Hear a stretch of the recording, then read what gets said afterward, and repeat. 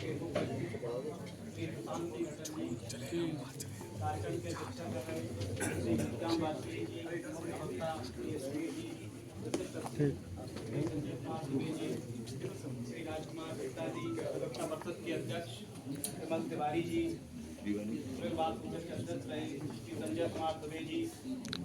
हमारे गुरु शिवांशु कुमार शुक्ला जी, यहाँ पर उपस्थित जिला बार एसोसिएशन के सभी अधिवक्तागण, सीनियर अधिवक्तागण। आज का कार्यक्रम भारतीय लोकतंत्र न्याय के शासन में अधिवक्ताओं की, जब अधिवक्ताओं की भूमिका का सवाल आता है, जैसे स्वयं आज के कार्यक्रम के जो मुख्य अतिथि उनके भी भाषण सुनता हूँ अटल जी के, काफी प्रभावी भाषण होते हैं। वो कहते भी हैं अधिवक्ताओं की भूमिका पर जब सवाल आता है, और मैं युवा हूँ तो युवाओं के महत्व को आपके समक्ष रखता हूँ। युवाओं की संख्या बराबर बढ़ रही है अधिवक्ताओं के बीच में, ये बहुत अच्छी बात है, लेकिन युवाओं के अनुशासन के संबंध में भी काफ़ी चिंताजनक स्थिति है। जब युवा न्यायालय के समक्ष जाए, क्योंकि न्यायिक जुडिशियल ऑफिस में भी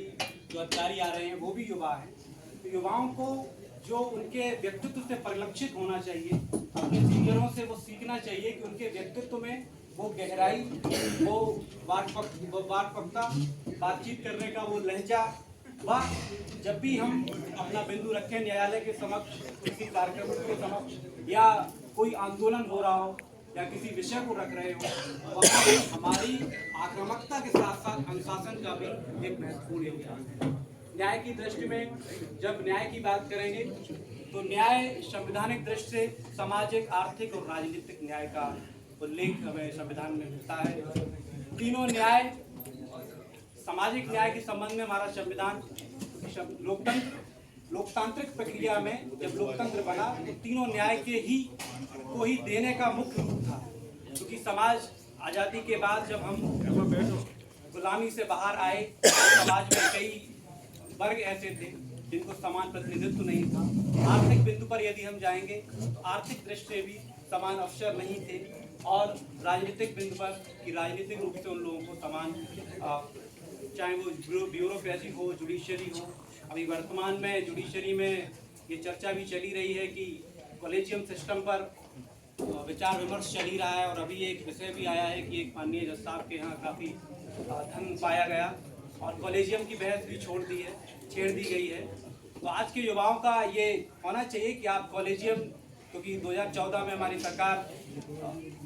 NGSE लाई, राष्ट्रीय न्यायिक नियुक्ति आयोग जब लाई, तो उसे बेसिक स्ट्रक्चर ऑफ कॉन्स्टिट्यूशन के तहत उसको संविधान ने नहीं माना, तो सुप्रीम कोर्ट ने नहीं माना। लेकिन आज के समय में ये आवश्यकता है कि जो कॉलेजियम सिस्टम है वो हटे, और एक जुडिशियल सिस्टम जो एक IAS की परीक्षा है,